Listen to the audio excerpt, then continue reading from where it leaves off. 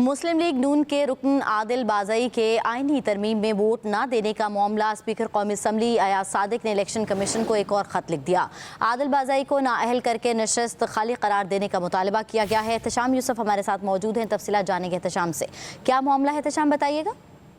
देखिए, पाकिस्तान मुस्लिम लीग नून के रुकन कौमी असम्बली आदिल बाज़ई जो हैं उनके खिलाफ जो पार्टी सदर हैं मुस्लिम लीग नून के मियां नवाज शरीफ, उन्होंने स्पीकर नाहली का जो रेफरेंस है वो स्पीकर कौमी असम्बली को भेजा था और अब स्पीकर कौमी असम्बली की जानिब से इलेक्शन कमीशन को ये खत लिखा गया है कि आदिल बाज़ई को नाअहल करके उनकी नशिस्त को खाली करार दिया जाए। और जो मुस्लिम लीग नून के रुकन आदिल बाज़ई हैं उन्होंने आईनी तरमीम में भी अपनी जमात को वोट नहीं दिया है।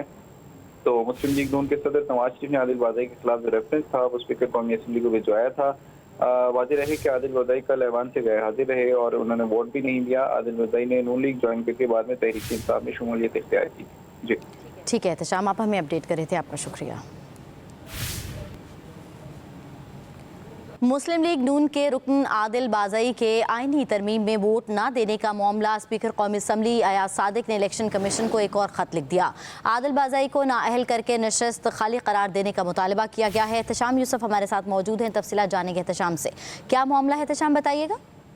देखिए, पाकिस्तान मुस्लिम लीग नून के रुकन कौमी असम्बली आदिल बाज़ई जो हैं उनके खिलाफ जो पार्टी सदर हैं मुस्लिम लीग नून के मियां नवाज शरीफ, उन्होंने स्पीकर नाहली का जो रेफरेंस है वो स्पीकर कौमी असम्बली को भेजा था और अब स्पीकर कौमी असम्बली की जानिब से इलेक्शन कमीशन को ये खत लिखा गया है कि आदिल बाज़ई को नाअहल करके उनकी नशिस्त को खाली करार दिया जाए। और जो मुस्लिम लीग नून के रुकन आदिल बाज़ई हैं उन्होंने आईनी तरमीम में भी अपनी जमात को वोट नहीं दिया है।